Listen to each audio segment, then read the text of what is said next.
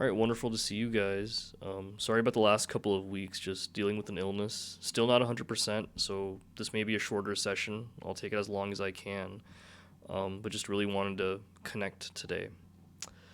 So, November is the start of a new Sadhana challenge month, and I'm in charge of this month. It's my last month.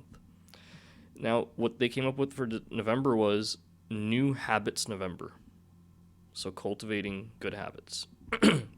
Now, that can be off-putting when we say we have to cultivate new habits, where it's okay, you're trying to change what I regularly do.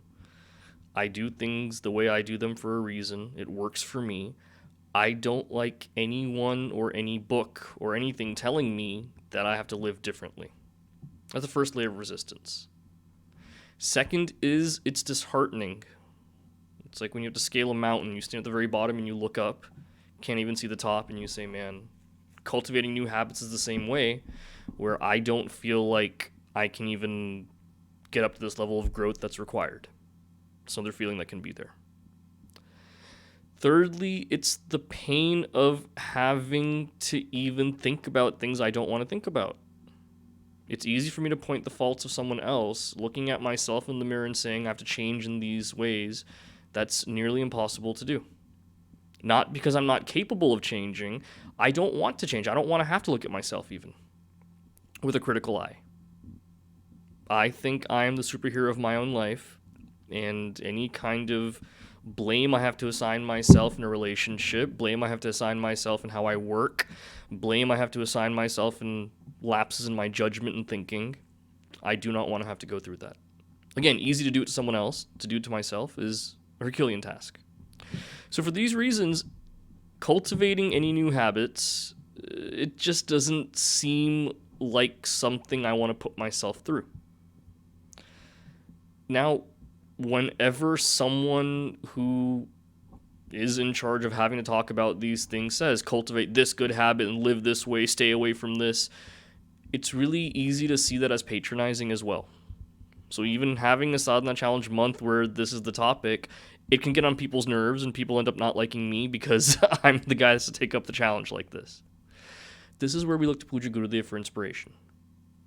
Whenever he would present these ideas, it would never come from a patronizing standpoint of holier than thou. It would never come from a guilt-ridden standpoint of you're doing things the wrong way, therefore to live the right way, here's what you must do. That was never the tenor. And the proof is there in his writings and how he spoke to people as well. For instance, one of my favorite essay collections by Puja Gurudev is Art of Man-Making. There were 114 lectures that he gave on the radio on Bhagavad Gita, like really short snippets, small lectures, and they were transcribed into various essays. So in one section about the second chapter of Gita, he goes into this topic of self-control. Now, we could very well start with saying that self-control is the way to be, that's what brings you closer to divinity, therefore, go ahead. That's not his standpoint at all. He takes it in 5 different parts. First part, and this should sound familiar to you, because we did go through this about a year ago, okay? The first part that he goes into is the logic of self-control. Not simply saying that you must do this because it's the right thing to do or God says so. That's not his standpoint. Logic. When I do what I want to do, I feel happy.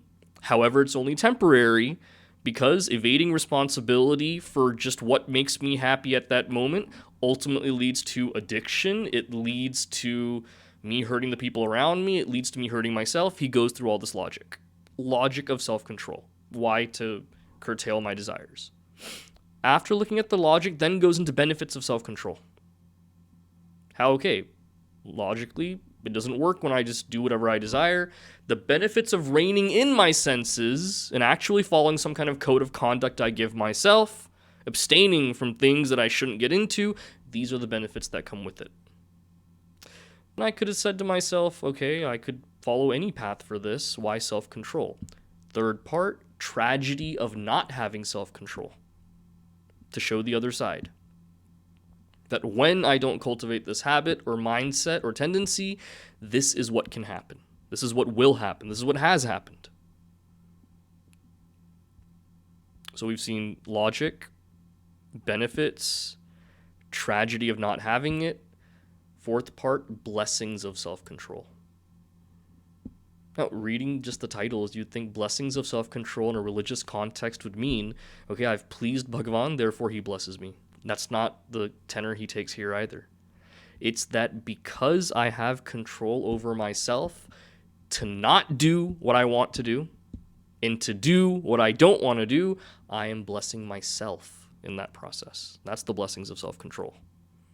Finally, part number 5, the secret of self-control.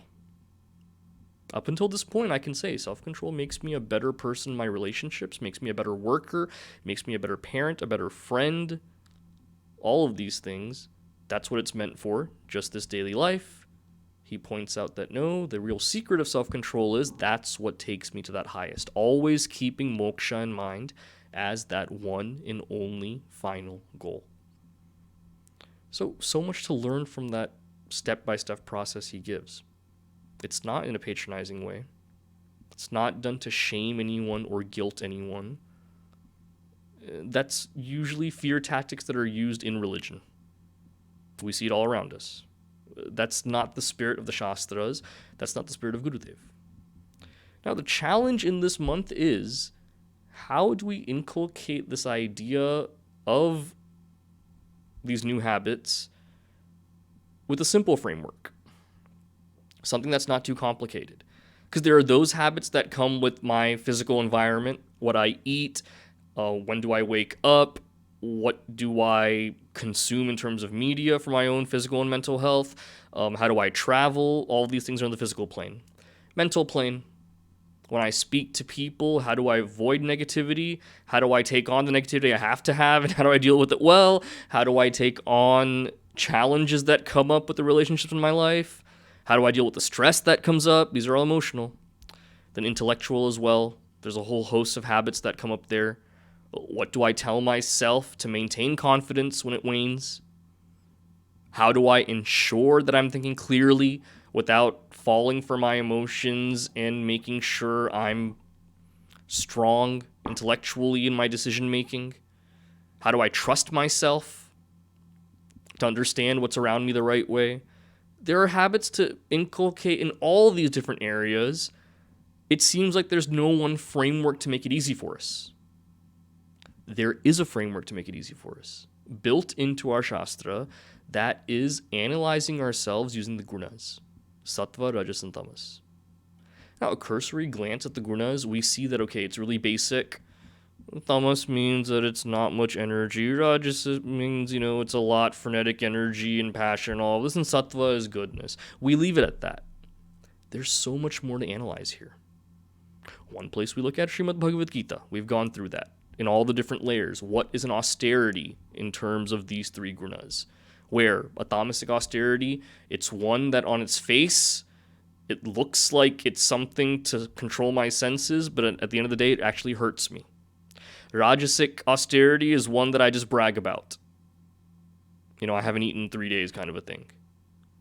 Sattvic austerity is one that it's not performative. It is to help. And it cuts down at my likes and dislikes, which is the intention of taking up any kind of austerity. Now, it's not just Bhagavad Gita. This analysis is peppered in throughout various texts. If we look at Srimad Bhagavatam, the 11th canto, near the end of the text, there's one beautiful section called Uddhava Gita. Bhagavan Shri Krishna's cousin and really good friend Uddhava, before Bhagavan's final ascent, he says, I have some questions for you. Can you answer them? So whatever knowledge he gave Arjuna in Bhagavad Gita, it's essentially the same knowledge, more in depth. It's longer than Bhagavad Gita. It's called the Uddhava Gita. In that section, there's one parable that's given of how Bhagavan takes the form of a swan, Hamsa, and he gives this knowledge to the Sanat Kumaras. And so it's called the Hamsa Gita, an awesome section. So one of my first Jnana Yajnas that I took as a brahmachari a couple years ago was on this Hamsa Gita. So in this section then, there's a whole analysis of various departments of life according to the gunas.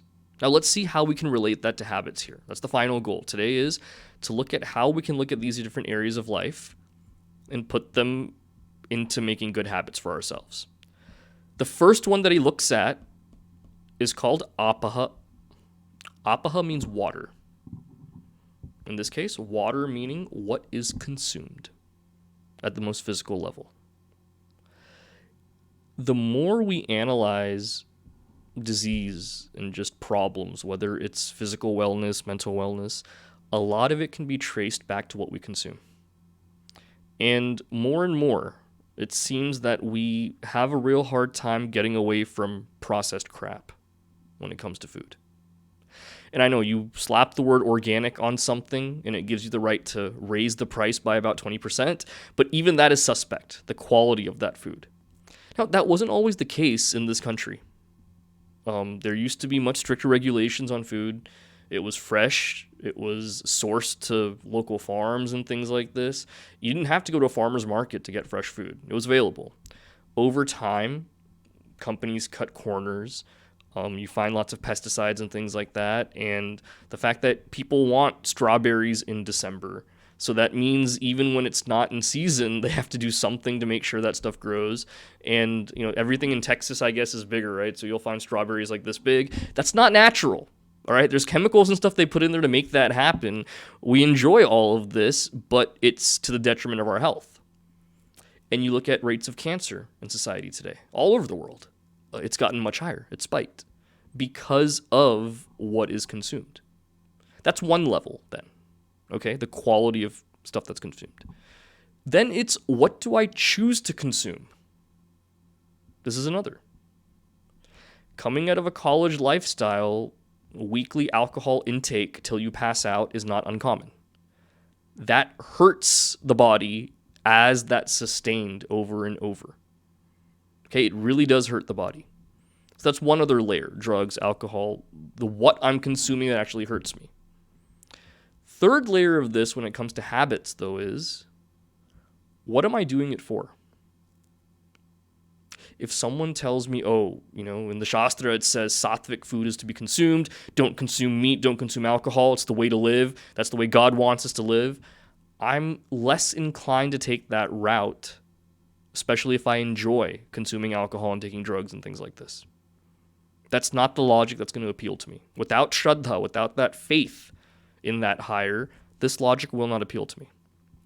So finding a logic that does appeal to me, that's not grounded in guilt, that's not grounded in judgment, just in wellness for an individual.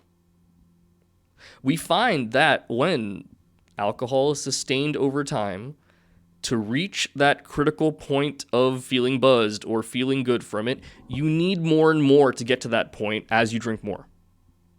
And yeah, it is based on the size of the person, all of these things as well. But general rule of thumb that's understood is over time, you need more to get to that same point. That tolerance keeps increasing. And that's something people brag about, but it's actually quite dangerous. Because that means I need more and more to get to that point. Hurts health at the end of the day. So just because the body gets used to something and adapts to something does not mean that's the right course of action. That's the broader point here. Because humans are capable of amazing things. I'm in awe in those of you that live in places like Chicago or Minnesota or places like that. With this Texas body of mine, I'm like, humans aren't meant to live in those kind of places, is my opinion, especially from the months of like November till February or so. But humans are capable of doing that. You may think the same thing when you come down here for a Texas summer and you see it gets to 110 for 10 days in a row. You're like, what the hell? How do people live here? We adapt. Humans are very good at adapting to things. Now, there are some things to adapt to. But just because my body is able to survive taking the onslaught of all of these negativities does not mean I should partake in that. So if I can't make a faith-based appeal to myself, let this logical appeal be the first thing I start with. Now, a second layer of this, looking at it through the gunas again, we can say, yes, tamasic ahara or consumption is that which inebriates, that which is slowly digested, that which harms another being for my own consumption. This is all tamasic. Time and place matters as well. We just celebrated Deepavali. and I get invited to Deepavali events and things. One recent incident, I usually have a set of questions I ask people, like where is it, what time, all of this. Now, as sad as it is, if someone invites me for a corporate Deepavali gathering because of experiences I've had recently, I have to ask, are you serving meat and alcohol at this event? Because they'll want me to light a lamp, they'll want me to speak on the Festival of Lights and the Hindu significance, and they'll use me for all of that stuff. But then when it comes to them responsibly celebrating, they'll serve meat and alcohol. So when I saw that, I was like, are you serious? What is this? Like, is this how? And then their excuse was, oh, we invited a lot of foreigners, people that aren't Indian, therefore to appeal to them. So to appeal to people and to suck up to white people, we have to change our practices completely, turn a sattvic event into something tamasic so that we impress other people. Is that what we're falling for now? That is a tamasic ahara. And when it's expressed individually for oneself, that's one thing. In the name of something sattvic, saying it's Hindu, inviting a Swami Brahmachari to come and grace the event, and then to still serve these kinds of things, that's like next level nonsense right there. So think about this from, habits are not just for the individual, then think about it from a societal level as well. Because whatever people see they're more likely to follow, that's just human nature. We follow each other when it comes to what practices we do as they become acceptable.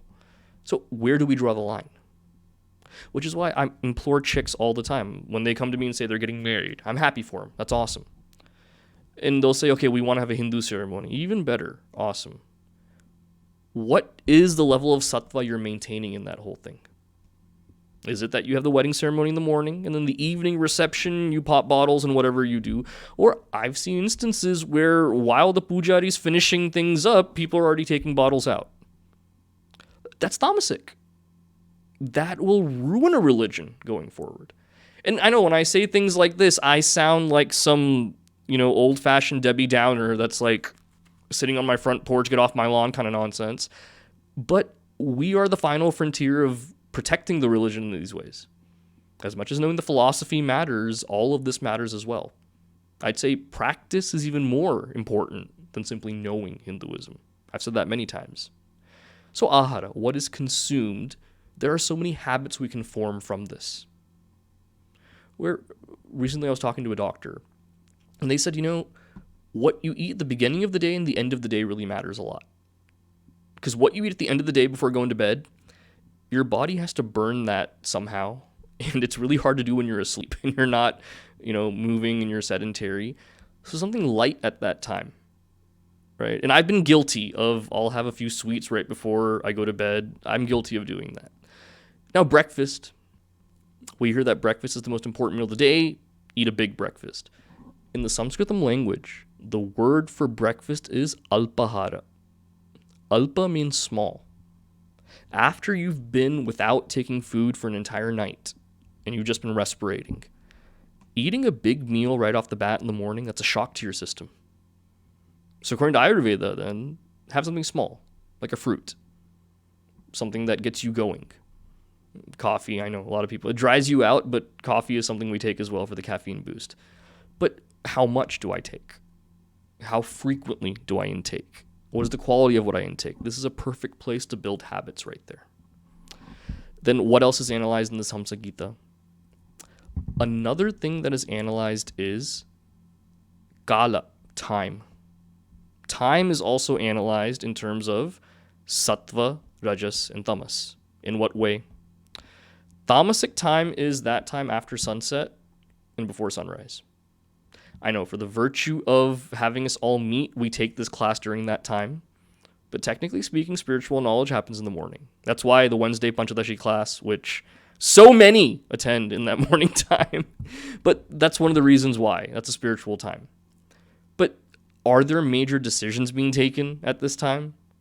Or is this when we literally want to let our demons out at this time? That's something to consider then. So how much of my decision-making capability, how much of my productive work and things I do, how much of that do I keep in the morning versus late at night after sunset? Now, sometimes it's unavoidable, staying up late and working. But even if we say I'm a night owl, don't we find that it's harder to concentrate? That's by design. It's a tamasic time. Rajas is during that day, after sunrise until sunset. That's the time for that hyperactivity. Time to get stuff done.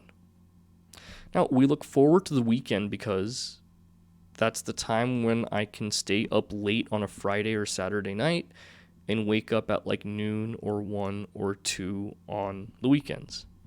Half the day's already done by then. So if there was something productive I planned on doing, chances are it won't happen then. So a sleep cycle. That's one habit to cultivate. I know one of the earlier sadhanas was sleep early. This is more expansive. There's the whole sleep early, get up early. Yeah, we all understand that. Why though? If it's that, Brahma Murta, that's what the Shastras say, that may not appeal to me logically because of a lack of Shraddha at this stage. Okay, make it appeal logically then. How can I be more productive? What do I want to get done? And if I feel, okay, it's not important for me to be productive, I don't need to be up at this time, question myself even more. Why don't I want to be productive? Is it that I don't find purpose in what I do? Is it that I need to reassess parts of my life to see what is it that I find purpose in? Another one that we can look at, desha, place. Deshaha means place. That can also be taken as rajasic, tamasic, and sattvic. How? When it comes to where we stay and where we are, a sattvic desha is one that is clean. And the area inspires as well. I don't feel like I'm being overcrowded, and I don't feel completely overwhelmed by my surroundings. A tamasic desha is one that creates bad thoughts in me. Like dark colors everywhere, all over the walls. These kinds of things. I had to go to a city one time to give a lecture series for a week. And they had me in one of these like small cabin type of things, those like portable places. That's where, any visiting Swami Brahmachari stays. It was so weird that week where I'd be doing the lectures in the camp with the kids during the week and I was totally fine during the day. At night when I'd go back to that cabin, I'd feel like crying randomly.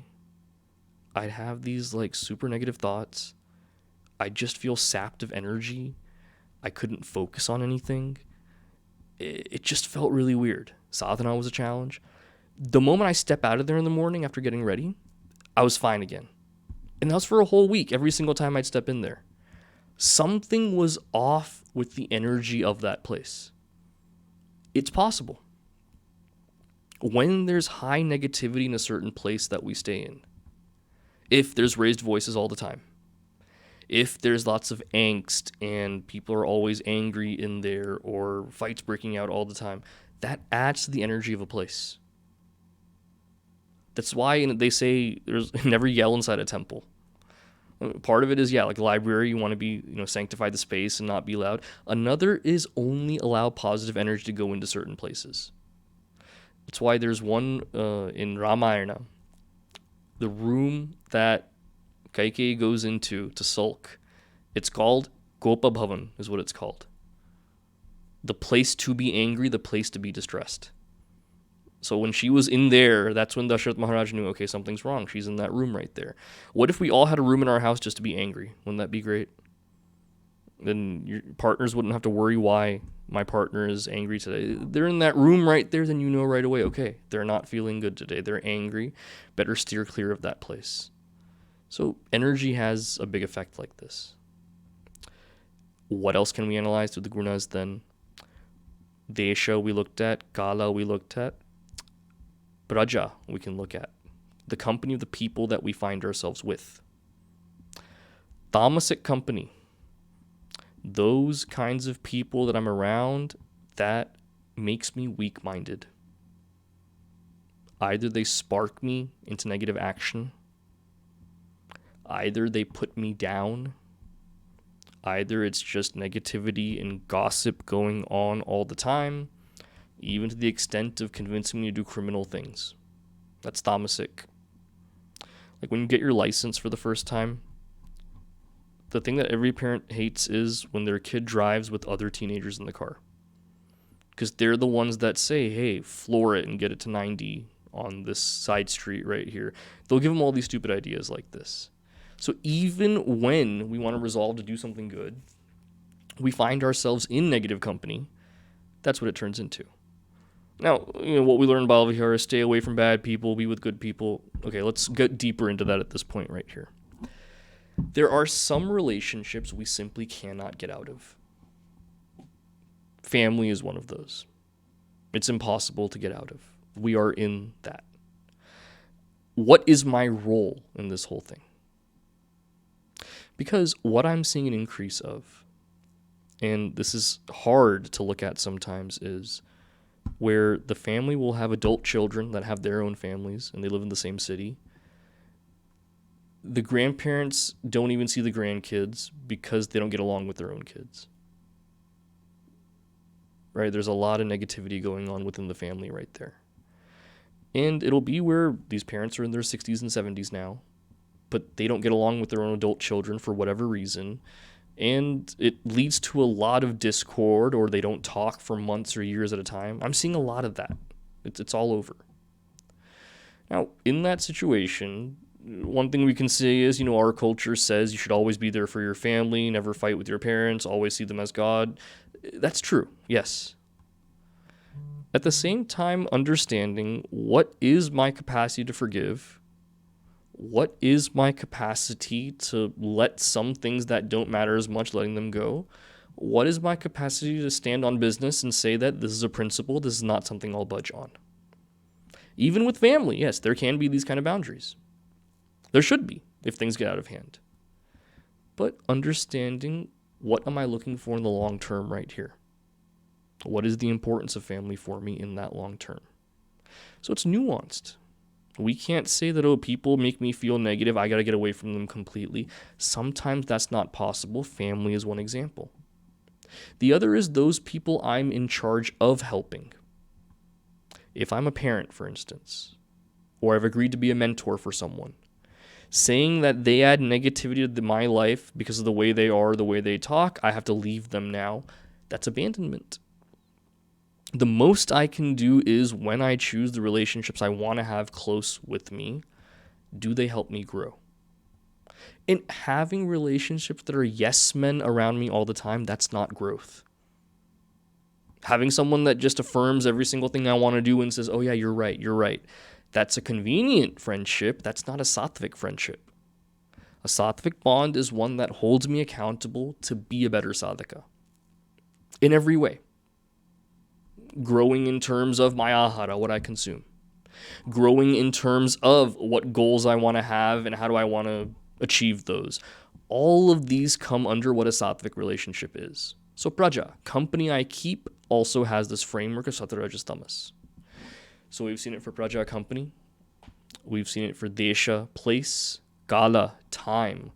We saw it for apaha or ahara, what is consumed. Everything has this simple framework of sattva, rajas, and tamas. Cultivating new habits, growth spiritually, is simply, how am I rising in these stages? And the hardest part of that is, where am I right now? Assess. Look at who are the top 5 to 10 people in my life right now that I talk to most. What is the nature of these relationships? Is it that I dread some of these? Is it that I feel some of them help me grow, so I seek them out, going out of my way? That tells me, what realm am I in with praja, company, sattva, rajas, or tamas? Then when it comes to the place that I find myself in, my surroundings, from my physical surroundings of my room and the areas outside, do I feel a good energy from these places? Do I dread coming back home after a long day, saying that my dwelling place is not the way I want it to be?